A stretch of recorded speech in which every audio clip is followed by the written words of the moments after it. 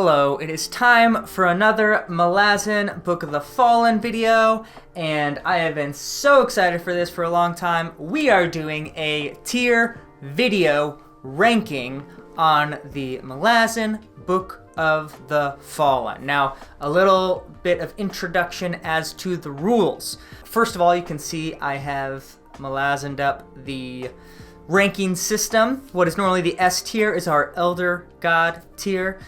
Just under that, Ascendant, that's the normal A. B's are going to be Imperial Mages, C, High Mage, and D, Squad Mage. I did this because, of course, I think the entire series is best of all time in fantasy, and if I'm being honest, I could never give a D or even a C or even a B to any of them, so that would just be kind of crazy to try to record it in that way. So I went for this easier ranking system where all of those are pluses. I mean, Hedge is just a squad mage. Secondly, major spoilers for the whole series. I'm not going to spoil any Ice or Path to Ascendancy, I guess that's Ice as well, any of the Karkanos trilogy, just because I haven't read them yet. But so we're just doing the 10 books of the Malazan Book of the Fallen. And I also, again, because I love all of these and think they're all fantastic, I wanted to be very strict with myself on the rules of this ranking system so that we get a little bit of a disbursement and I'm not just putting everything in Elder God or Ascendant categories. So the rule is I can only put one book in the Elder God, the S tier ranking. That's to keep me from just giving it to a lot of different books and have a list of, or a tier ranking of some credulity. So only one in Elder God, and conversely, only one goes in the Squad Mage category. I should say I have to put at least one in the Squad Mage category because, again, why have a tier if you're not going to put anyone in there? So I have to have a spread of some kind, one in each of those bookends. I'm not going to place any restrictions on those middle three. But one final thing, I'm going to go through this chronologically. Well, I guess not chronologically. I'm going to go through this by publication order, starting with Gardens of the Moon all the way to the Crippled God. I know, just because I've been thinking about this obviously a lot, what my S tier one is going to be, and I know what my Squad Mage is going to be. I haven't come to any final decisions with the other three categories, so this might be a little complicated, but let's get going. Sip of tea. All right, so first up, we've got Gardens of the freaking Moon, the start of everything. Now, I think most people are going to expect this to be pretty low, and in fact is a good candidate for the Squad Mage ranking. However, I am going to place Gardens of the Moon right there in High Mage tiers because while it is harder to get into, I think once you have the flow, I actually really enjoy some of the traditional structure and themes that are in there. I love the Raced storyline, also knowing that Raced becomes this hilarious character all throughout the rest of the books, and things like the fall of the Siege of Pale, and that we get a lot of Whiskey Jack in this book as Whiskey Jack, and Quick Ben and Kalam. Like, there's a lot of great stuff in Gardens of the Moon that I really, really enjoy, not to mention when Raced battles the dragons, multiple dragons. So there's a lot of really great stuff in Gardens of the Moon. It's going on High Mage tier. Now, let's talk about Deadhouse Gates. Deadhouse Gates, during my first read-through, way back when I just kind of cold turkey picked up the Malazan books, I stopped at Deadhouse Gates after that first chunk with Iskaral Pust and Ikariam and Mappo. I think for obvious reasons I wasn't prepared for the multi-perspective storytelling style and a bunch of different aspects, and so I do kind of take that down a notch for Deadhouse Gates. That is somewhat of an issue. But that said, the Chain of Dogs, Coltane is amazing. Even like the actual Deadhouse part of the book at the end, I think is incredibly interesting. The choice that Mappo has to make about Ikariam is great. Felicin, I'm actually a fan of her story. I know it's frustrating, but it's supposed to be, and she is a young girl really struggling with like the worst of things, and that the escape from their prison, like all of the different aspects. And I haven't even gotten into the Divers and all the roads that are leading to Deadhouse. So just like So much cool stuff is happening in here. And of course, at the core of it is this fantastic chain of dogs. There are a lot of battle sequences out there that get somewhat technical. And while I enjoy that, I don't think it really is as good as some of the later fights we get, such as Yigatan. So let's see. Let's get to this tier ranking. So it's definitely not High Mage. It's definitely Imperial Mage or Ascendant. You know what? I think, to be honest, I'm going to get some flack for that. Imperial Mage. That's great. It's so good. But just those upper rankings, I'm just really going to be careful with.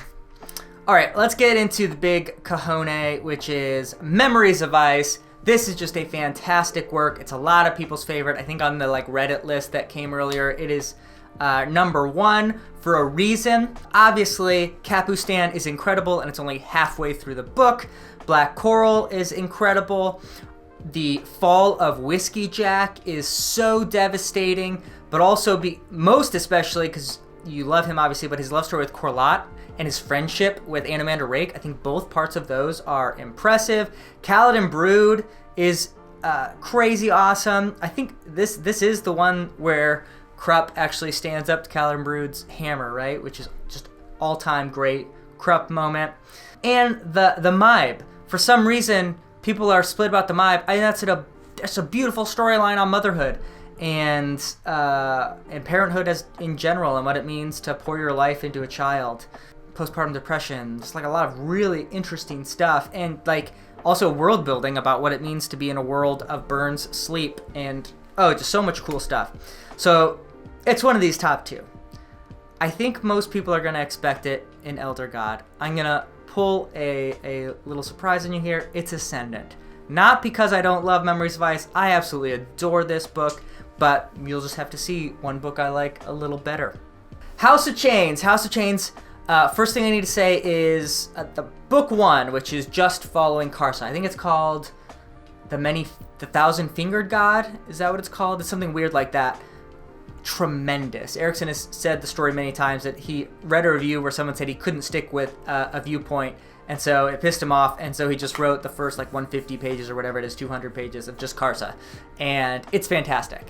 It's complicated. He's not a likable character, but he is an interesting character. When people talk about moral ambiguity, they often just mean people doing bad things. But the interesting thing about Karsa and sort of his moral ambiguity is that he does awful, terrible things, but that he learns his lesson and in some ways has to deal with the consequences of all of these actions. And that leaves you wondering about forgiveness and obviously redemption, as we'll talk about in Told the Hounds, and if that's possible, how we think about this character as a whole, knowing what he did. And so Erikson doesn't skirt back from that and just sort of make his past sort of this mysterious, barbarian lifestyle, but actually gives us the raw, awful details and then forces us to make choices around that. So I think that's excellent. I also think the ending tragedy of Tavor and killing Shaik, who of course is Felicin, whether she knows or doesn't know, all of that I find incredibly interesting. But, here's a big but, I think the rest of House of Chains is not bad because it sets up so much stuff from Lostra Till to a lot of other stuff.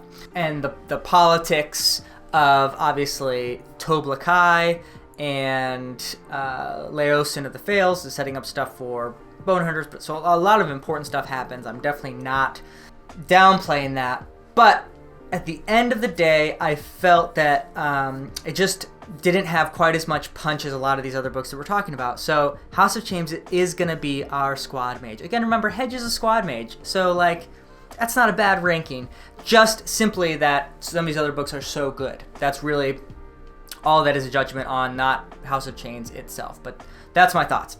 Midnight Tides. I thought moving to Deadhouse Gates, totally different continent, different characters. I thought the balls on this Steven Erikson guy to do that and jump back and forth these little things, that was crazy. And so I was pumped that he had done that. I will be honest, when I first read Midnight Tides, I was a little pissed that it happened again because I had so much character, so many storylines that I was so interested in. And I know that this was a prequel or whatever, and there's a lot of reasons for that, but I just, when I first read it, I was not into it. And then, of course, completely wins you over with introducing you to the Tist Idur, the Sengar clan, and how that steadily, like, gets destroyed. Troll, oh man, Troll Sengar is amazing. Rulad, the tragedy of Rulad, the mottled sword, the many uses of the adjective mottled, or mottled, how do you say that? Let me know in the comments below. Love, love, love all of that. Not to mention Tehol and Bug, everyone's favorite duo, except for maybe Quick Ben and Kalam. So hilarious. I also love how Lether Society is basically a big subtweet of American capitalism, at least in my viewpoint, and very anti-capitalist. I think it's great that everyone's favorite characters are socialist revolutionaries. Maybe you don't see it that way. That's definitely the case. I love Midnight Tides, and then of course the way that the Idur Empire takes over the Empire. Erikson has before described this as sort of an alternate history if the Lakota Sioux were able to march on like Washington DC and take over the American Empire. Probably gonna do a video about that because I think that's such an interesting idea and way to view those events in the book. But let's just get right down to it. Midnight Tides. Oh, how many ascendants am I able to have with this list being legitimate? Oh man, I'm gonna put it just a little bit under an Imperial Mage.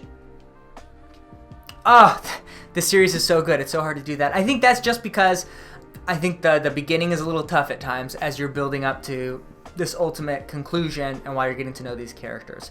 And again, it just speaks to the excellence of some of these other books. Bonehunters.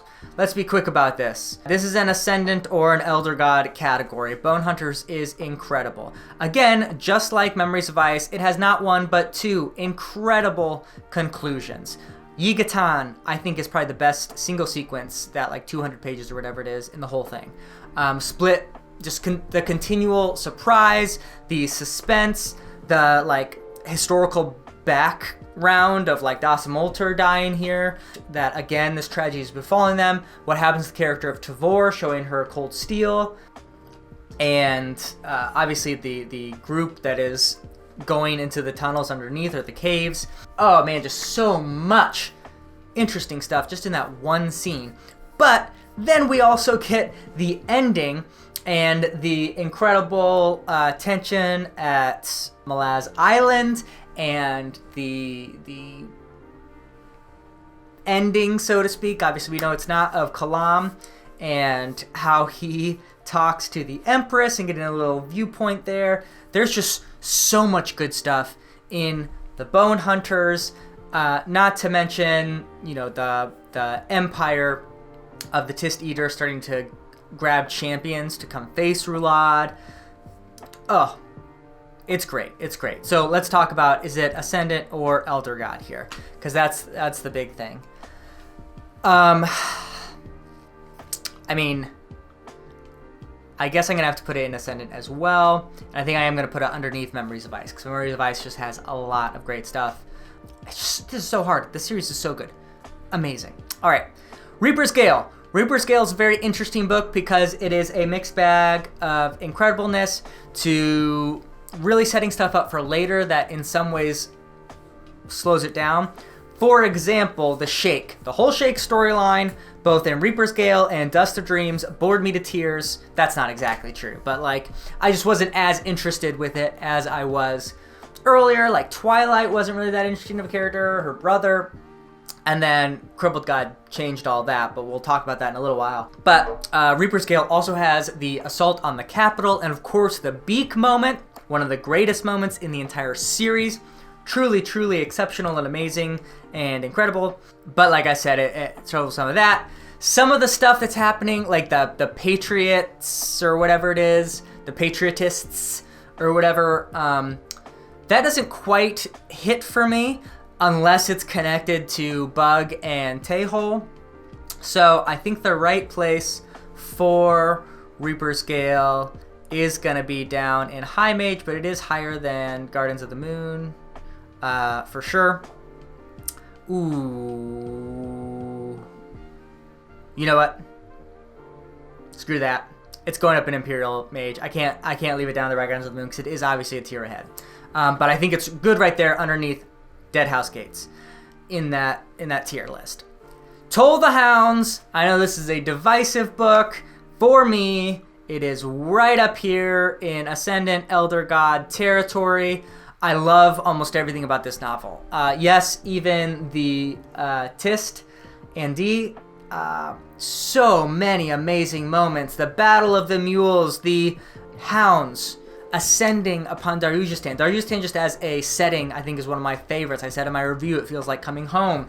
The complicated character work of Cutter, Char, and Barenthal, and all of those complicated things, plus the remnants of the bridge burners and not wanting them to suffer, and the mystery of who's trying to kill them.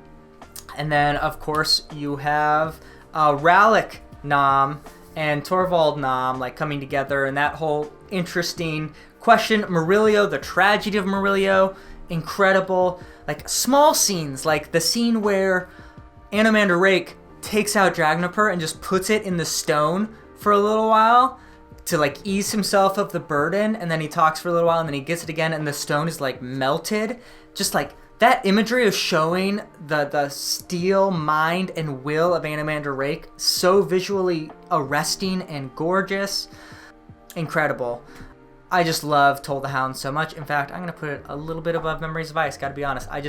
Oh, and I haven't even touched on the fallen, or excuse me, the dying god, and the issues about the cult of the Redeemer at Coral.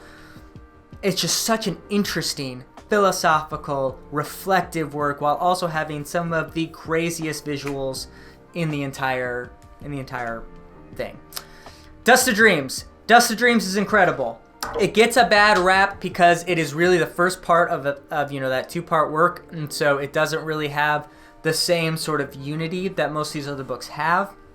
But Dust of Dreams has some amazing stuff. The Crippling of Haton is one of the hardest things I've ever read, and that's because it makes you feel the awfulness and anger and pain of that indifference, and it is horrifying, but I think really powerful. The Naruk, Kachain Naruk, is like just a crazy battle scene. The snake, because I know how it pays off, is amazing. I love the opening, like where the Grey Swords or Grey Helms and whoever else they're with, the Parish, like they easily like outthink the people who are trying to stop them or whatever. And this, like, it's a great book. However, all these books are great, and I think I have to put it down in High Mage, just above Gardens of the Moon, which leads to if you've watched my reviews, no surprise at all, the Elder God in the room is the Crippled God. I just love this book for several reasons. One, it has some of the best battle sequences ever, multiple. Like, it has all the battles against the Forkerless Sail by the Host, led by Ganos Perrin. Oh, I also forgot to mention, in Reaper's Gale, the whole thing with Poliel and Perrin, incredible.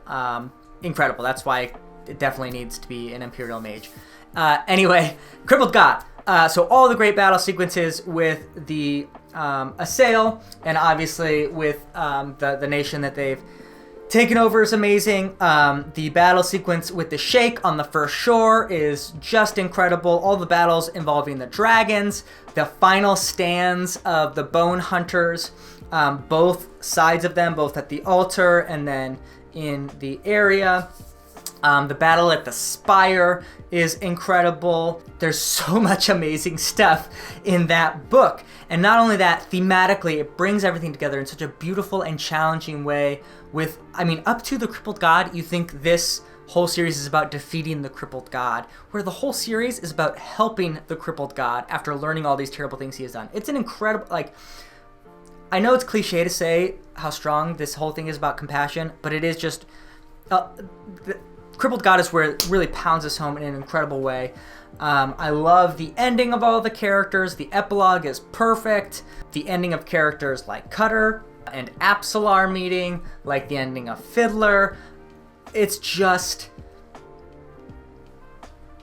an ending unlike anything I've ever read, and because of all that it ties together, it obviously deserves, in my reckoning, to be the Elder God, to be the S tier, to be the number one, to gain all others. And looking at this tier list now, I'm really, really happy with this. This is my list. This is my tier list of Malazan Book of the Fallen. So I'm going to put in the description, and also I'm going to tweet out on my Twitter and probably put it on Instagram the link to this. Let me know what your ranking is, your tier ranking of the books. Let you know what you think of mine, if you think I'm right or if I'm crazy. Feel free to do spoilers all over the place in the comments. This is for us who have read the Malazan Book of the Fallen, although no Ice spoilers or Carcanus trilogy spoilers. But I love this series so much, as you guys have probably no doubt gotten with me talking about them. As always, first in, last out.